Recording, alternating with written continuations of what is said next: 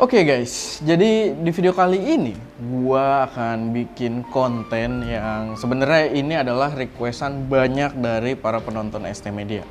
So, ya mungkin sebelum kita masuk ke pembahasannya, kita bumper dulu.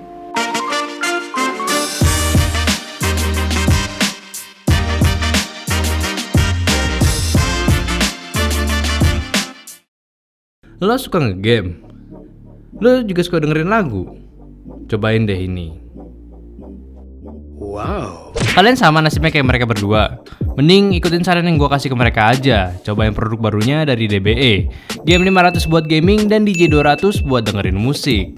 Ya sebenarnya kalian bisa pilih salah satunya buat gaming sama dengerin musik juga sih. Tapi untuk game kali ini kalian gak bakal bikin ribet lagi karena game 500 sudah ada 2 buah input untuk kalian ngegame di PC dan di HP kalian. Sama juga buat DJ 200 ada switchable plug untuk kegiatan bermusik kalian makin seru lagi. So pilih salah satunya dapat semuanya. Game 500 juga sudah memiliki detachable mic yang bisa kalian pakai buat ngobrol bareng temen. Jadi nggak perlu pusing lagi nih buat bilangin temen kalau teman kalian tuh nyebelin main gamenya. Kualitas suaranya pun bisa bikin kalian berasa kayak langsung di dalam gamenya yang kalian mainin. Dan untuk DJ 200 sendiri, ya jangan tanya lagi. Pas nih buat kalian yang suka dengerin lagu di kamar sendirian. Jadi bakal berasa lagi nonton konser band favorit kalian cuy. So gimana kok Ska? Suka gak nih sama yang gua kasih barusan? Pastinya dong, apalagi harganya cuy. Dan buat kalian yang kepo juga jangan lupa cek deskripsi di bawah ya buat info lebih lanjut. Oke guys, jadi ini sebenarnya video receh aja. Maksudnya video receh di sini adalah production value-nya nggak terlalu gede ya. Jadi ini memang video yang gue buat sebenarnya gue doang, gue lagi gabut dan banyak yang request satu topik yaitu bagaimana cara untuk balancing gimbal dengan benar. Padahal balancing gimbal tuh menurut gue, ya gue juga dulu salah mulu gitu kan. Cuman ya begitu udah tahu bagaimana cara yang tepat sebenarnya sih nggak terlalu susah ya. Jadi ya itu pembahasan yang pengen gue bahas utamanya di video ini. Tapi sebelumnya karena kamera yang bakal gue pakai buat praktek, balancingnya lagi dipakai sama si Cimeng di atas. So ya gue di sini ngetes vlogging dulu pakai Canon M6 Mark II. Yap. Gue udah megang kameranya lagi, silahkan komen di bawah apakah kalian tertarik dengan review fullnya. Tapi di sini gue nyoba vlogging, ini juga pakai lensa yang gue demen banget nih sebenarnya. Ini 12 mm, 11 mm, jadi dia 11 sampai 22. Ini 11 mm f4. Walaupun memang bukannya nggak terlalu gede, tapi yang gue lihat nih wide-nya mantep banget. Padahal pakai kamera APS-C dan ini tangan gue melengkung gitu. Maksudnya kalau gue jauhin, bisa lebih jauh lagi cuy. Jadi ya gue ngetes sedikit vlogging dulu pakai ini. Jadi ya sambil nanti kita nungguin si Cimeng ya. Ya kalian sih nunggunya nggak terlalu lama, sebagaimana panjang video ini aja. Tapi ya ini akan cukup menarik ya. Ska, lagi ngapain Ska? Jadi ini ya Aldi lagi, tadi sih gue liat Aldi lagi nyekrip, Eko lagi ngedit. Yang gabut gue doang. Ska paling lagi liatin sheet posting aja sih dia sheet posting is live gitu kan. Dan ya buat kalian yang kepo nih, gue gabut karena ini juga lagi hujan gitu ya. Sedikit kita melihat environment mungkin di depan. Ya, ini dia. Ini di sisi depan kalau kalian bisa lihat. Ini lagi hujan ya, tapi di situ terang banget ya. Padahal gue ISO-nya udah gue autoin. Tapi ya yang jelas di posisi luar nih lagi hujan, makanya mager-mager gimana gitu kan buat bikin konten juga. Cuman ya sekalian ngetes vlogging, gue rasa cukup asik. Mungkin biar lebih autentik gitu, kita lihat hujannya dari sisi luar gitu. Oke, ini dia lagi hujan ya. Hawanya jadi mager-mager gitu nih, depan kantor ST lagi hujan dan gue nggak tahu mau ngapain lagi di sini, tapi yang jelas lagi hujan ya. Pokoknya kalian bisa lihat itu ada motor gue ganteng sih. Udah lama nggak dipakai jadi gue agak kangen gitu. Cuman ya nggak penting sih sebenarnya obrolannya ya. Jadi kita masuk lagi. Ya itu tadi di luar masih hujan. Ini ISO auto ya. Silahkan kalian nilai perubahan ISO-nya kayak gimana. Lalu ini karena dia pakai f4, jadi ISO-nya sih harusnya walaupun auto dia bermain di cukup tinggi, mungkin di sekitar 1000-an. Karena memang ini agak low light juga karena di luar mendung dan di sini kita pakai lampu indoor doang. Tapi gambarnya sih asik loh, khas Canon tuh kayak gue ngelihat karena di sini ada layar ya di atasnya, khasnya tuh kayak Peter McKinnon banget kalau menurut gue ya. Dan mungkin kita monitor dulu apakah kameranya sudah ready karena di sini asik nih. Kita pakai HT ya. Meng monitor. Yuk. Masih birol, Meng? Di. Apaan di? Masih birol? Masih kenapa? Oke, nanti kabarin aja deh. Gua mau pakai XT3-nya soalnya. Cuman ya lu kelarin dulu aja birol lah ya. Oke, bentar lagi John. Selembar. Oke, di copy. Dan ya mungkin kita langsung skip aja ke bagian balancingnya ya. Karena ini udah agak kepanjangan, lumayan lah buat panjang-panjangin durasi. Gimbalnya sebenarnya udah ready di bawah, udah ada di situ buat kita praktek. Nanti gue praktek di sini aja kali di lantai. Cuman kita nunggu kameranya masih dipakai Cimeng. Dan ya, oke, jadi Cimeng udah selesai pakai kameranya. Kita udah punya kamera di sini dan juga ada gimbalnya.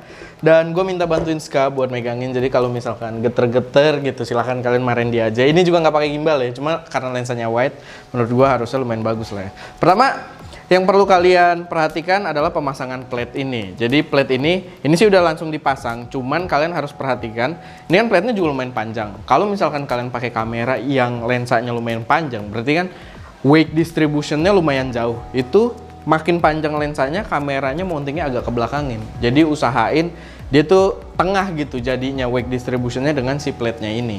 Jadi ya itu pertama yang perlu diperhatikan, karena ini kita pakai lensa kecil, harusnya nggak terlalu masalah mau agak maju dikit, agak mundur dikit, itu nggak jadi masalah yang terlalu besar. Lalu ini gimbalnya. Nah, enaknya gimbal-gimbal sekarang itu kalian kalau balancing itu mereka udah punya sistem lock. Kalau dulu waktu gua masih pakai Moza Air yang pertama itu, kita kalau mau balancing ini sambil dipegangin gitu karena saking susahnya. Cuman sekarang ini semua bisa kalian lock. Jadi harusnya udah lebih gampang ya kalau mau balancing. Ini udah ke lock. Ini udah ke lock. Nah, dia jadi sturdy banget gitu. Jadi kalian bisa balancing satu persatu motornya. Ini kita masukin dulu dia ke mounting plate-nya. Nah, ini dia udah masuk. Biasanya sih dia ada mekanisme secure. Jadi kalau kalian nggak pencet tombol tertentu, dia nggak akan jatuh juga walaupun nggak kenceng. Jadi ada titik akhirnya gitu, titik pengunciannya. Nah, sekarang juga untuk penguncian biasanya gampang. Kayak di sini dia pakai tuas doang. Ini berbeda-beda tiap gimbal, cuman di sini dia pakai tuas yang lumayan gampang ya. Di Webil S ini dia cuma plug udah kekunci full gitu. Dan kita akan mulai dari axis ini dulu. Gue nggak tahu ya sebenarnya gimbal itu ada nama roll, yaw, apa segala macam. Semua gue akan bilangnya berdasarkan yang gue tahu aja. Kita mainin axis untuk tiltnya dulu. Nah ya ini kayak gini. Jadi ini untuk menyeimbangkan posisi depan dan juga posisi belakangnya. Diusahakan seseimbang mungkin. Kita coba lurusin. Lalu kalau kita lepas, nah dia jatuh ke belakang. Berarti belakangnya lebih berat. Nah untuk merubahnya kita main kunci yang tadi dan kita agak majuin. Karena kita pengen menyeimbangkan berat depan dan belakangnya. Nah ini nih, ini udah seimbang. Langsung kunci lagi. Nah sekarang dia juga kadang agak shifting lagi begitu kalian kunci. Karena dia perubahan dikit aja tuh sangat berpengaruh. Jadi bisa buka lagi, coba balancing lagi, dorongnya se-steady mungkin ya. Nah kayak gini tuh udah berubah lagi kan. Padahal kayak nggak ada perubahan apa-apa. Nah ini untuk axis tiltnya, dia udah seimbang. Lalu selanjutnya kita lanjutin lagi pakai axis yang berbeda, yaitu masih axis tilt, cuman di sini posisinya udah balance nih. Kita seolah-olah belum balance ya. Ini karena memang biasa dipakai di sini juga. Nah kayak gini. Jadi masih di axis yang sama, axis yang ini kita harus perhatikan keseimbangan kalau dia lagi ngadep ke atas nih. Ini antara depan dan belakangnya juga harus sama. Sedangkan di sini dia berat di belakang atau di atas, bisa kita bilang kalau dari arah kameranya di bagian atasnya ini lebih berat. Kita buka kunci di sini, lalu kita turunin. Biasanya sih kalau pakai baterai grip gini sampai ujung ya. Ini sampai ujung, dia udah langsung balance. Dan pastiin dia dikunci sekencang mungkin. Apalagi kalau yang knob puter gini. Kalau yang tuas kan dia memang udah mentok. Kalau yang knob pastiin sekencang mungkin karena dia bisa nantinya begitu lagi melakukan pergerakan atau yang paling parah tuh biasanya inception mode. Biasanya nanti dia kayak meleset gitu, akhirnya unbalance lagi dan itu memberatkan motornya. Nah pastiin terkunci dengan kuat. Nah ini kita udah balance dari kedua sisi ya. Oh ini dia posisi ininya jadi miring nih kameranya dari plate-nya. terus mengubah distribusi beratnya juga. Berarti kita harus ubah lagi nih, dia berat belakang lagi, kita ubah lagi. Ini bukan hal yang aneh ya kalau kalian bermain gimbal tuh kayak tadi udah gitu terus berubah lagi. Karena perubahan axis yang lain biasanya mempengaruhi axis yang lain juga gitu. Nah ini sini udah balance, sini udah balance. Sekarang kita main axis rollnya. Nah ini berarti berat di sebelah kanan. Gimana caranya? Biasanya handle ini, beberapa gimbal handle ini juga bisa di extend atau dikurangin. Cuman karena di sini nggak bisa, kita mainnya di plate-nya ini. Dia ada tuas lagi. Karena dia berat ke sana, kameranya kita jauhin ke sini. Nah, dia rollnya udah jadi. Jadi ini udah jadi, ini udah jadi, rollnya juga udah jadi ya, udah balance maksudnya, bukan udah jadi. Nah, ini kan kita udah balance nih, kayak gini bisa. Terus dari segi sampingnya juga udah rollnya udah balance. Cuman orang banyak yang miss di sini. Mereka berpikir kalau ini udah balance. Memang kalau kalian nyalain, nah dia bersikap layaknya gimbal yang udah balance, udah normal gitu. Tapi sebenarnya ada satu axis lagi yang perlu diperhatikan, yaitu bagian bawah ini, bagian panning. Jadi gini, kita matiin dulu. Dia buat ngetesnya cukup gampang. Posisikan ke posisi normal kamera kalian, kayak gini, posisi shoot normal, lalu coba miringin, kayak gini. Nah, dia akan muter kayak gitu, itu tandanya dia berat di sisi belakang. Nah, nanti kita tinggal pindahin dari sisi knob ini aja, kita majuin. Tadi kan dia juga muternya agak lama ya, berarti bedanya itu nggak terlalu jauh, jadi kita cuma majuin dikit aja. Barely majuin dikit gitu kan, lalu kencengin dan kita tes lagi, kita giniin. Nah kalau udah kayak gini dia udah balance. Nah ini berpengaruh banget, ini juga yang gue dari dulu miss, gue jarang banget ngutak-ngatik ini, tapi sebenarnya dia fatal kalau misalkan kalian pengen ngelakuin kayak inception mode. Karena inception mode itu, sebentar ya gue kencengin dulu biar nanti dia nggak merosot. Karena inception mode itu ketika kita lagi modenya kayak gini, dia kan muter gini.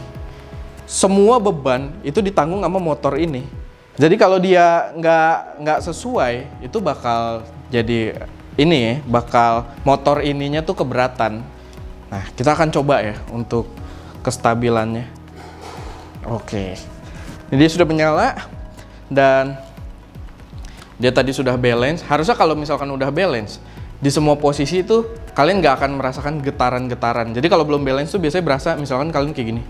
Di titik tertentu dia bakal nah itu berarti belum balance atau mungkin belum di auto tune. Misalkan kalian ganti kamera tadinya pakai yang kecil terus ganti ke yang lebih gede, itu perlu di auto tune juga walaupun sudah balance. Tapi kalau udah kayak gini, udah semua balance, udah di auto tune motornya, dia nggak bakal geter-geter lagi di posisi apapun gitu. Jadi agak-agak low angle juga kayak gini bisa. Miring gitu kan, walaupun ada batasnya juga ya kalau miring, tapi paling nggak semuanya udah lancar. Dan bagian terberat adalah kalau kalian pakai inception mode.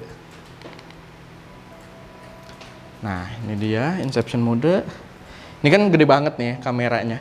Ini membuktikan sudah balance atau belum, sama kuncinya udah kuat atau belum. Kita akan coba puter. Tes.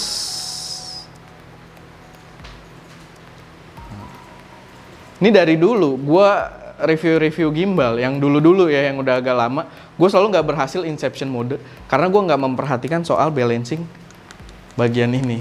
Padahal ini ternyata crucial banget.